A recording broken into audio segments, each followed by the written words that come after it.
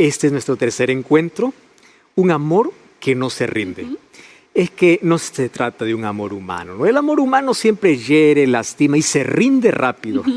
Más el amor divino es un amor que no se rinde, es un amor que insiste, persiste hasta que al final consigue conquistar el corazón humano. Hoy vamos a hablar sobre un tema muy importante que tiene que ver con la manera como Dios nos busca y desciende hasta lo más profundo de nuestra vida para restaurarnos. Así es, pastor. Vamos a hablar entonces. Bueno, vamos a nuestro espacio aquí de todos los días.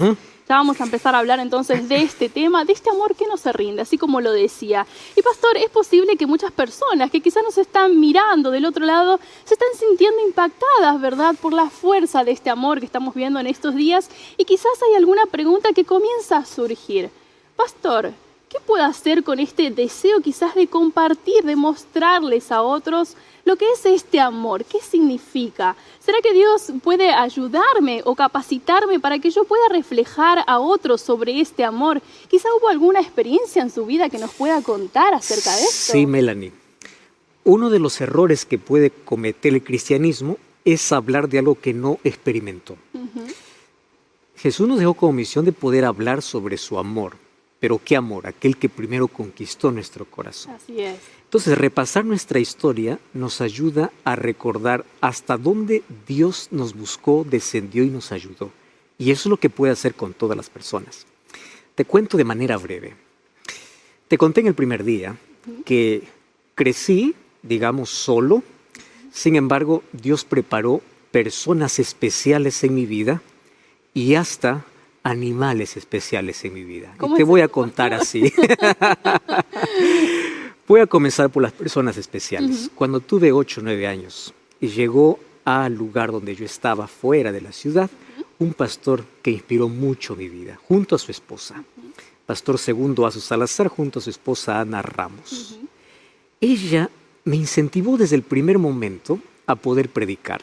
Llegaron los 9 años. A los 9 años comencé mi primer sermón. A los 12 años comencé a hacer campañas de evangelismo. Y ¿sabes qué es lo curioso? Que a partir de allí nunca paré. 12, 13, 14, 15. Antes de la universidad yo hacía siempre conferencias de 10, 12, 15 días. Todas mis vacaciones, yo no tuve vacaciones. Mis vacaciones tenían una agenda para poder ir en diferentes lugares. La expectativa del lugar no era que venía un predicador, sino me gané un título del niño predicador. Las personas se reunían no para escuchar la palabra. Ellas se reunían para poder escuchar a un niño en sí. Un niño hablar. Exactamente. Y esa es la primera corbata que recibí de regalo, inclusive del pastor Segundo Azu. ¿Cuántos años tenía ahí? Yo tenía 9 años. 9 años. Bien chiquito. Y bien pequeño. Y bueno, no he crecido mucho, pero ahí estaba más todavía. Resulta que cuando terminé ya el estudio secundario, Dios colocó otro hombre especial en mi vida, el pastor Virgilio Casildo, que me ayudó antes de poder entrar a la universidad. Me enseñó sobre todo el trabajo, la labor en la iglesia y cómo yo puedo mostrar a otros cómo predicar, cómo administrar, cómo llegar a la gente.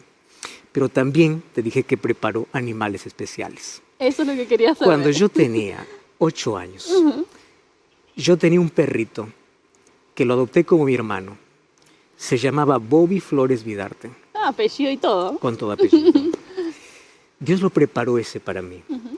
Cuando yo salía para jugar a ser pastor, porque eso sí era mi juego, ¿no? Me ponía la corbata, ponía una camisa y yo imaginaba que estaba delante de tanta multitud. Yo era muy tímido delante de la gente, pero delante de mi perro no.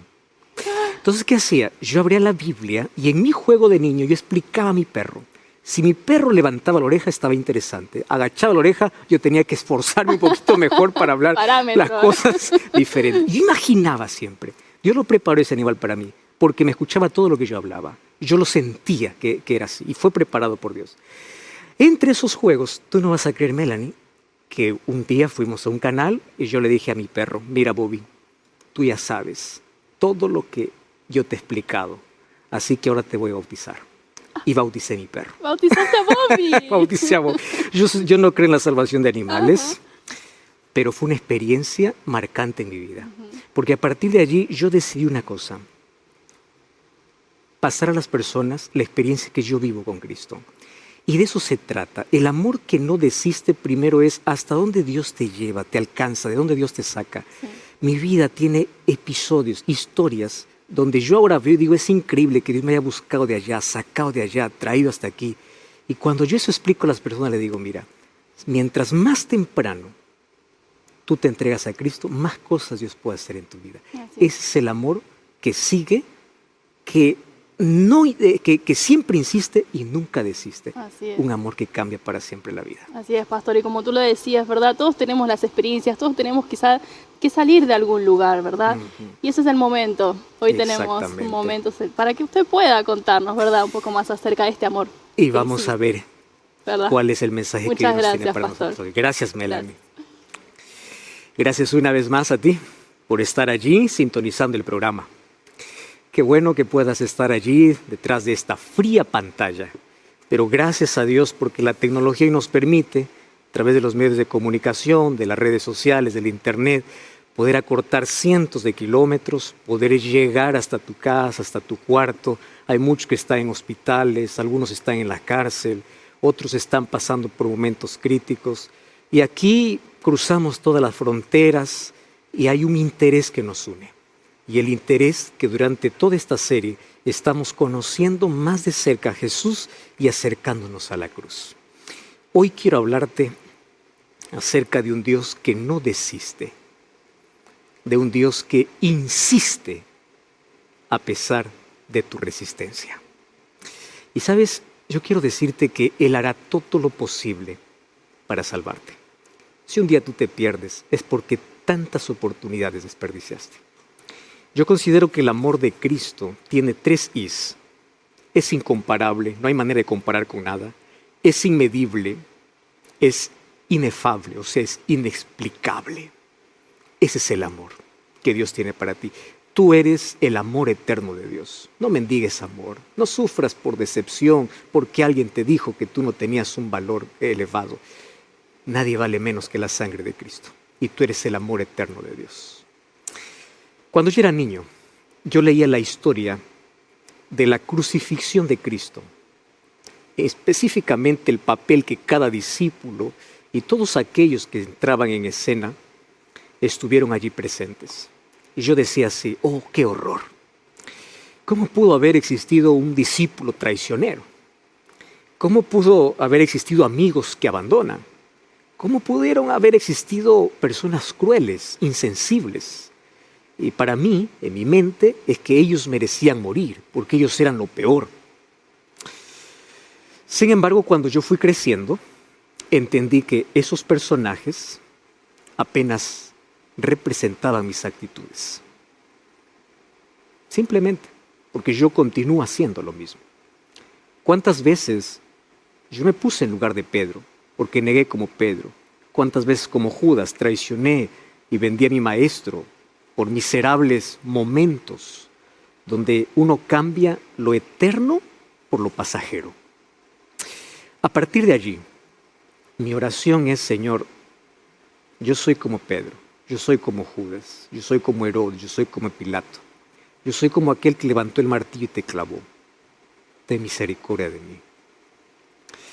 Y hoy quiero analizar contigo, de manera cercana, la experiencia de uno de los discípulos llamado Pedro.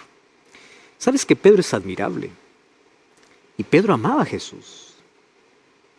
Pedro tuvo que sacrificar la familia y a veces tener de ver de qué manera va a sustentar la familia, porque recuerda que él era casado, él tenía suegra, dice la Biblia, y él así siguió a Jesús. Sin embargo, en la experiencia de Pedro, yo veo reflejado actitudes que pueden ser semejantes a las mías o a las nuestras. Porque todos nosotros podemos tener buenas intenciones, podemos haber dejado tantas cosas por Jesús, pero llega un momento en que negamos a Jesús. Entonces la experiencia de Pedro es semejante a las nuestras antes de su negación. Los momentos finales de Jesús comenzaron el jueves por la noche. Entonces, a partir de allí, la secuencia de episodios, desde la cena pascual hasta el arresto de Cristo, pues allí describe aquel recorrido que va desde la despedida de Jesús, desde su mundo privado, o sea, sus discípulos, su grupo más íntimo, su grupo de relaciones, hasta el mundo público de Jesús, que fue desarrollado allí por el juicio ante Pilato, allí delante de todo Jerusalén, donde finalmente fue condenado a la muerte. ¿Recuerdas tú aquel jueves cuando estaban comiendo la Pascua? Jesús instituye la Cena del Señor y allí él sabía que no le quedaban más de 24 horas para que él llegue a la cruz. Así que decidió pasar las últimas horas de su ministerio, de su vida, con las personas que estuvieron más cerca de él. Lo mismo hiciéramos nosotros. Si tú supieras que vas a morir, yo me imagino que tú harías lo mismo. Yo haría lo mismo, ¿verdad? Pasar con las personas más allegadas. Bueno, al final, eso es lo que más importa. Estar con las personas a quienes importamos. Ahora fíjate, en este escenario es que Jesús pasa la última información a su grupo de confianza. Pero me llama la atención porque en esos momentos Jesús tiene un momento más íntimo y más reservado con dos de sus discípulos. Uno Judas y el otro Pedro. Hoy hablaré sobre Pedro. Mañana vamos a hablar un poquito de Judas. A Judas Jesús le confrontó. Jesús le reveló los planes que él ocultaba en su corazón y Judas pensaba que nadie sabía. Sin embargo, a Pedro le reveló, no lo confrontó, a Pedro le reveló. ¿Qué cosa le reveló? Aquello que sucedería, para que él esté preparado. Y a partir de ese momento, vas a ver que todo es un caos. Momentos de tensión, de dolor. Pero Jesús ante todo mantiene la calma, mantiene la serenidad. En medio de tanta turbulencia, Jesús tiene el corazón calmado. Ahora, después de la cena, dice el texto bíblico, que él cantó, salió y allí tuvo con sus discípulos una declaración que asombró a los discípulos. Vamos a Mateo, capítulo 26, versículo 31 hasta el versículo 35. Dice así la Biblia. Entonces Jesús les dijo: todos vosotros os escandalizaréis de mí esta noche, porque escrito está: heriré al pastor y las ovejas del rebaño serán dispersadas. Pero después que haya resucitado, iré delante de vosotros a Galilea. Y respondiendo Pedro le dijo así: ojo, aunque todos se escandalicen de ti, yo nunca me escandalizaré. Jesús le dijo: de cierto te digo, que esta noche antes que el gallo cante me negarás 3 veces. Pedro le dijo: aunque me sea necesario morir contigo, no te negaré. Y todos los discípulos dijeron lo mismo. Wow, acá hay muchos detalles. Primero, Jesús no está preguntando. Jesús no está diciendo: a ver, levante la mano, ¿quién me va a abandonar? No, simplemente Él está afirmando porque Él sabe que así va a suceder. Solo que Pedro interrumpe. Pedro levanta la mano sin que le pidan para decir públicamente que Jesús estaba equivocado. Y Él hace una afirmación, y la afirmación es así: yo nunca. Ay, querido, ¿cuántas veces salió de nuestra boca esa palabra? Yo nunca. ¿Qué significa yo nunca? Confianza propia. Confías tanto en ti. Yo nunca. Él prefirió confiar en Él antes que en lo que Jesús estaba diciendo. A veces nos creemos más sabios que Dios. Queremos contradecir hasta la Biblia porque pensamos que nosotros tenemos la razón. Pedro contradice a Jesús. ¿Cuántas veces pensamos lo mismo? Claro, no lo decimos con palabras, mas nuestros actos gritan cada día. Esto se llama autosuficiencia o independencia de Dios. La independencia de Dios es el resultado de la autosuficiencia que hay en mí. Y la autosuficiencia nos lleva a pensar así: yo puedo. Entonces, decimos que podemos porque confiamos en nuestro talento, en nuestra capacidad, en nuestro dinero, en nuestro esfuerzo, en nuestra experiencia. Yo ya soy adulto, ya gané experiencia, yo puedo. Solo que ese yo tiene que morir. Ese yo nos lleva al fracaso. Mientras exista ese yo, Cristo no puede vivir en mí.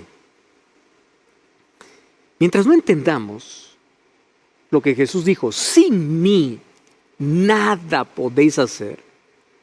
Mientras sigamos pensando que podemos, seguiremos cayendo, seguiremos abriendo heridas, hiriendo a las personas que más amamos. ¿Sabes? mientras no aprendamos a confiar completamente en Dios y menos en nosotros mismos, el egoísmo y la autosuficiencia nos llevarán por los caminos de autodestrucción, porque nos independiza de Dios, creyendo que solos podemos. Querido, la autosuficiencia nos hace creer que somos invencibles. Esta fue la primera promesa del diablo allá Adán y Eva en el jardín del Edén. Ustedes serán como dioses. El diablo te dice, tú eres como Dios, tú no necesitas de Dios. Tú puedes vivir independiente de Dios. Por eso Salomón decía, antes de la caída siempre viene la soberbia. Por eso mucho cuidado. Y Jesús le responde, mira Pedro, antes que el gallo cante, tú me habrás negado 3 veces.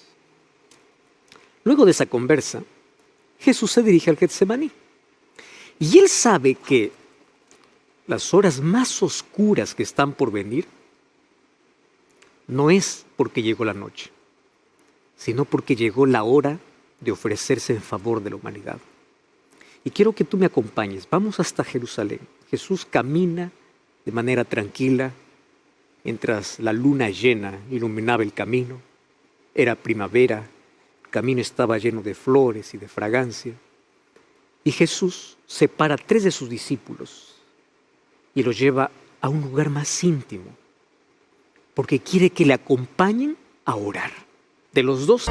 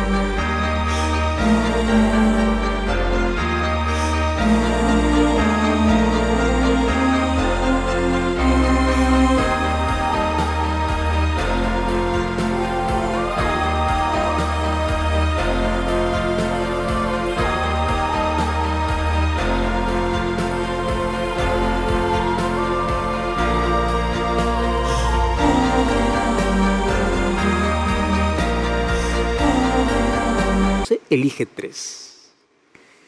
Y aquí, ¿qué ejemplo me da Jesús? ¿Cuál es el ejemplo? En medio de la angustia, Jesús mantenía la calma. ¿Me estás entendiendo? En medio de la angustia, Jesús mantenía la calma porque la oración le fortalecía. Entonces, ¿te sientes angustiado? ¿Sientes que no puedes más? Hay un lugar donde tus cargas pueden cambiar de hombro. Un lugar donde puedes dejar tus cargas más pesadas y encontrar paz a los pies de Jesús a través de la oración. Jesús me enseña que la oración no es manipular la voluntad de Dios. Cuando Jesús oró a su Padre, Él le dice, Padre, si es posible, quita de mí este cáliz, o sea, quita de mí la cruz de mi camino. Pero a través de la oración Él entendió que eso no es posible. ¿Por qué? Porque no hubo respuesta del Padre. Y Él no se desesperó, no dijo, Dios me abandonó porque no me respondió. No. Eso indicaba que el plan tenía que continuar, incluyendo la cruz en el camino. Sin embargo, mediante la oración, encontró paz para el corazón. Eso es lo que hace la oración. Quiero que sepas algo.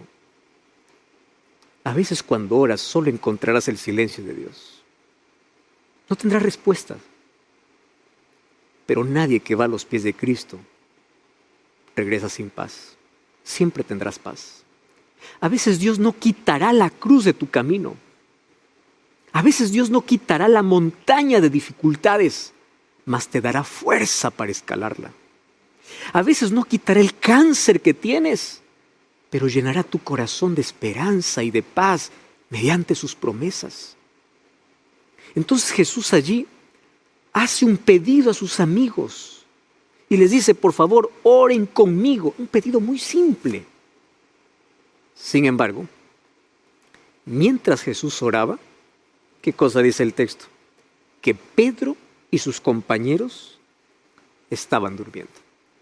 El cansancio era demasiado. La agenda que tenían no incluía la oración probablemente, como lo hacemos muchos de nosotros. Las actividades del día nos agotan tanto que cuando llega el momento de orar, ya no tenemos más fuerzas. Mira Mateo capítulo 26, versículo 36 y 37. Dice así, Jesús llegó con ellos a un lugar que se llama Getsemaní. Dijo a sus discípulos, sentaos aquí entre tanto que yo voy y oro. Tomó a Pedro, a los hijos de Zebedeo, y comenzó a entristecerse y a angustiarse en gran manera. Me llama la atención que aquí el énfasis está, tomó a Pedro. Primer error de Pedro es la autosuficiencia, pero aquí viene el segundo error de Pedro. Y el segundo error tiene que ver con prioridades. Préstame atención aquí. La autosuficiencia nos lleva a una vida de independencia de Dios. ¿Qué te quiero decir con esto? Quien más ora es aquel que reconoce su incapacidad. Es aquel que cree que no puede solo. Es aquel que busca a Dios en oración. Aquel que cree que puede solo, ¿para qué va a orar? ¿Para qué va a orar? No tiene sentido. Y tú sabes que nuestras mayores heridas tienen que ver con la cantidad de decisiones incorrectas. Nuestras decisiones están cargadas de emociones y pocas oraciones. ¿Cómo sería nuestra vida si antes de comenzar nuestro día pasáramos más tiempo en oración? ¿Cómo sería nuestra vida si antes de cualquier decisión consultaríamos a Dios en oración? ¿Tú sabes por qué no oramos? Porque creemos que no necesitamos.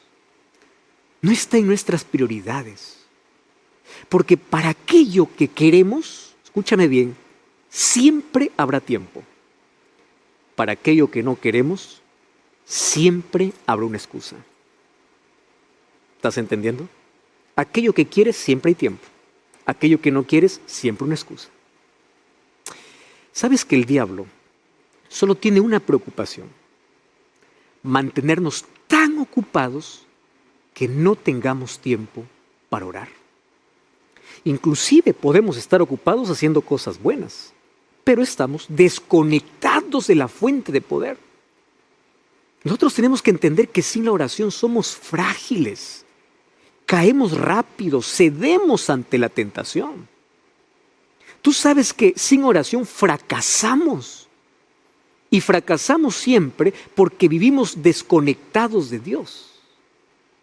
Jesús en la tierra no tuvo éxito porque Él era el Hijo de Dios o el Dios encarnado. Jesús tuvo éxito y el éxito de Cristo descansaba sobre sus rodillas, sobre su comunión con el Padre. Entonces el tiempo en oración determina el éxito o el fracaso de nuestra vida. Entonces, cuando nuestra oración es débil, somos débiles en todo. Cuando la oración se convierte en apenas un rezo sin sentido, perdemos nuestra defensa.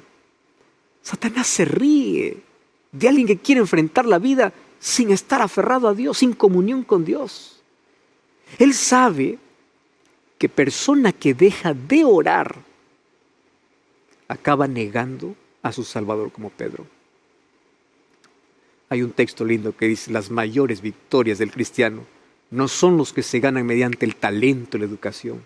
Son aquellos que se alcanzan en la cámara de audiencia con Dios, cuando con fe fervorosa te aferras del brazo todopoderoso de Dios, donde colocas tu insignificancia en la omnipotencia de Dios. Muchos creen que la oración funciona solamente como un recurso de emergencias, como el 911. como llamar a la policía. Oran solo cuando están enfermos. Oran solo cuando necesitan de algo. Es decir, la oración no es prioridad. Solo creen que es la solución. Querido, la oración no es para informar a Dios lo que nos está pasando. Dios sabe. La oración es para aprender a depender, a confiar. Es para mantenernos cerca de Dios. Y mientras nos mantengamos cerca de Dios, Satanás jamás podrá destruirnos. Porque para que Satanás pueda destruirnos, primero tiene que separarnos. Y para separarnos, hará todo lo que sea posible para que dejemos de orar. ¿Me entiendes? Vamos al tercer punto. Mateo 26, 51 y 52. Dice así. Uno de los que estaban con Jesús, extendiendo la mano, sacó su espada. Hiriendo al siervo del sumo sacerdote, le quitó la oreja. Jesús le dijo, vuelve tu espada a su lugar, porque todos los que tomen espada, a espada perecerán. Mira, aquí aparece Pedro intentando matar al siervo del sumo sacerdote.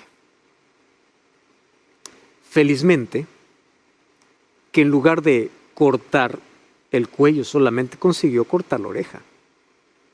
¿Qué cosa me enseña aquí esta lección? No a cortar orejas. Me enseña que a veces nosotros peleamos la batalla equivocada. Nuestra lucha no es contra otra persona, es contra un enemigo invisible, más real. Pedro estaba usando el arma equivocada, en el momento equivocado, con el propósito equivocado, con la motivación equivocada. Es que así son nuestras acciones apresuradas, cuando son guiadas solo por impulso, cuando creemos que solo podemos y rompemos nuestra comunión con Dios mediante la oración, andamos hiriendo, sacando orejas a todo el mundo. ¿Sabes que Pedro pudo haber pagado un precio muy alto por eso? Gracias que Jesús estuvo allí. Y si Jesús no hubiese sanado a este hombre poniéndole la oreja, aquel viernes hubiesen existido 4 cruces. Los 2 ladrones, Jesús y la de Pedro, por agredir a un siervo de una autoridad. Pero el problema es que cuando nos desconectamos de Dios, comenzamos a mirar las cosas con una visión distorsionada de la vida. ¿Sabes qué cosa pensó Pedro? Pedro creyó que estaba ayudando a Jesús, lastimando a un siervo. ¿Cuántas personas hoy creen que están ayudando a Jesús lastimando a su prójimo? Porque tienen una visión distorsionada de todo. Vamos por la vida quitando orejas, lastimando personas, creyendo que así estamos agradando a Dios. Cuando nuestra pelea no es contra el prójimo, nuestra pelea es contra el enemigo. Nuestra arma es espiritual. Por eso es que es en oración, en estudio de la Biblia, la fe, la salvación. Esa es la armadura que debemos tomar. Nuestra lucha tiene que ver con ser guiados por convicciones o por emociones. ¿Sabes? Nuestra lucha tiene que ver con sostenernos del brazo poderoso de Cristo para saber qué batalla pelear. Para tener una visión clara de la vida, para no gastar energía en momento inadecuado. Finalmente, ¿dónde termina Pedro? En el lugar equivocado, adoptando una conducta equivocada.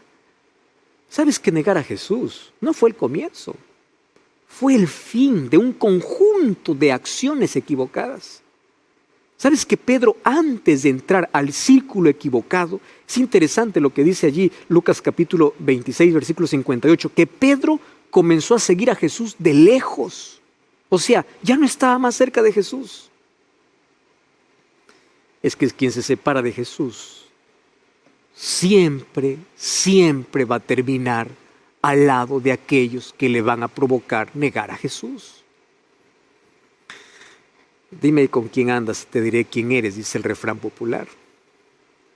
Mas a esto nosotros podemos añadir lo siguiente. Dime a qué distancia estás de Jesús y te diré qué terminarás haciendo.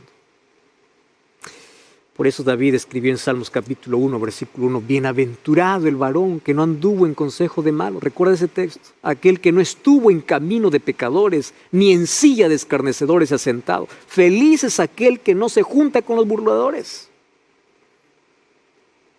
¿Qué significa eso de no juntarse con los pecadores?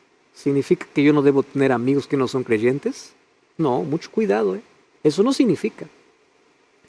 Nosotros debemos amar a todos, brindar amistad a todos. Sin embargo, nuestro propósito no es participar de lo que ellos participan. Nuestro propósito es tener esa amistad para alcanzarlos con el amor de Dios, para influenciar sobre ellos, para mostrar el camino que deben seguir. El problema de Pedro es que él estaba en ese grupo de burladores encubierto. Eso es el pecado, ¿no? Encubierto en territorio enemigo. ¿Qué cosa hizo Pedro? Quiso adoptar el mismo comportamiento de aquellos que se estaban burlando de Jesús. Y sabes una cosa, el que está lejos de Jesús siempre va a terminar sentándose en la rueda de los burladores. Para entrar en ese círculo, Pedro tuvo que adoptar un comportamiento parecido al de ellos. Primero comienza mintiendo, luego termina jurando y maldiciendo para poder sustentar la mentira. ¿Y qué cosa estaba diciendo? Yo no conozco a Jesús.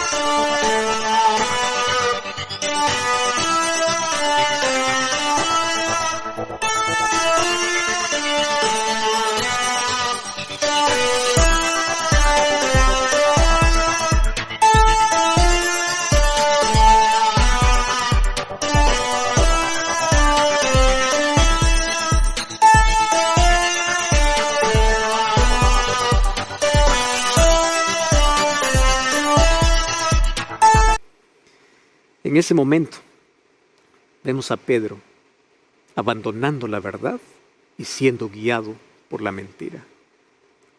Pobre Pedro, él apenas está construyendo castillos de arena para protegerse de las tormentas. Tú estás luchando contra tus propios fantasmas, tus monstruos internos. Por eso estás mintiendo. ¿Sabes que hay muchas personas que creen que no mienten? Y saben que aquello no es correcto, pero se engañan a sí mismas. Hay muchos depresivos que se esconden en rostros sonrientes para una foto en Facebook o Instagram. Son muchos los matrimonios que están de luna de miel en las redes sociales, pero dentro de las 4 paredes están cerca del divorcio. Vidas guiadas por la mentira, así como Pedro. No te dejes engañar por apariencias. Hay muchos creyentes, así como Pedro, que fuera de la iglesia viven sin Dios, sin fe, sin devoción. Solo aparentan cristiandad dentro de la iglesia. En el día están en el culto, en la noche están en el club. De día están con la Biblia allí bajo el brazo, de noche con un vaso de cerveza en las fiestas. Una vida de mentira. La vida de Pedro aquí entró en una espiral descendente de autodestrucción. Y Pedro allí obviamente protesta a favor de su disfraz, de su mentira. Y más que actuar de forma clandestina, Pedro ahora se convierte en un abogado defensor de su pecado. Él insiste que no conoce a Jesús. Él quiere defender su mentira. Él adopta el comportamiento de los otros. Ahora piensa solo en sí mismo, ¿no? Ahora se olvida de todo el tiempo que vivió al lado de Jesús. Estoy hablando para ti, que estás intentando ahogar los mejores recuerdos que tenías en la infancia, cuando tú estabas allí en la iglesia. ¿Tú recuerdas? Cuando tenías paz en tu corazón. Pero hoy intentas disfrazar de felicidad, que eres feliz lejos de Dios. No solo es una máscara. Vives en autoengaño. Tú intentas creer que eres más feliz. Pero eso es un autoengaño. Cuando en realidad tú sabes que no lo eres.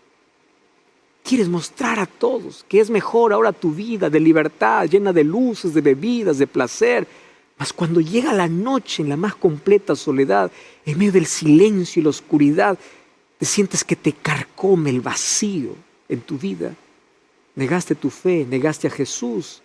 Inclusive intentas disfrazar tu nostalgia cuando escuchas alguna música, algún mensaje que te recuerda los mejores momentos que tenías de comunión con Dios. Y tú piensas que ahora estás en el mejor momento de tu vida. Despierta. No lo estás. Estás viviendo una vida de autoengaño y de autodestrucción. Las negaciones de Pedro lo colocaron en el peldaño más bajo de la escalera del pecado. Y ahora le encontramos a Pedro disimulando. Sabes que el que disimula, el que aparenta que está bien, el que aparenta que es feliz, pero no es así, se está envenenando.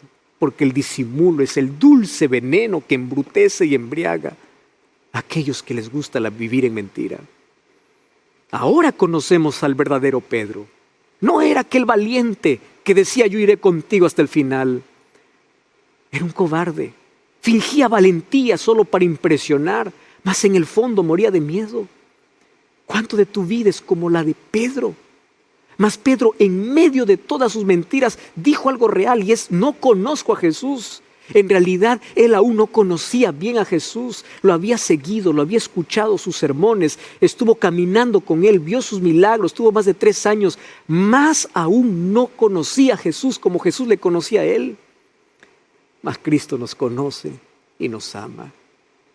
Y nos ama conociéndonos profundamente quiénes somos.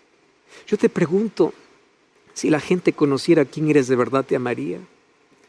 Si supieran cómo piensas, ¿seguirían confiando en ti? Mas quiero decirte que Dios te ama, aún conociéndote cómo eres y cómo piensas. Y mientras Pedro siguió a Jesús de lejos, Jesús no se alejó de él. Él siempre está cerca, Él no desiste de ti, a pesar de tus acciones. Cuando Jesús le advirtió sobre el peligro que se acercaba, en la realidad le estaba apenas quitando la venda de los ojos para que pudiese ver quién realmente él era. Porque Pedro tenía una imagen de sí mismo muy distorsionada. Él pensó que era fuerte, pero Jesús le dijo: tú eres débil. Pensó que estaba cerca de Jesús, pero Jesús le dijo que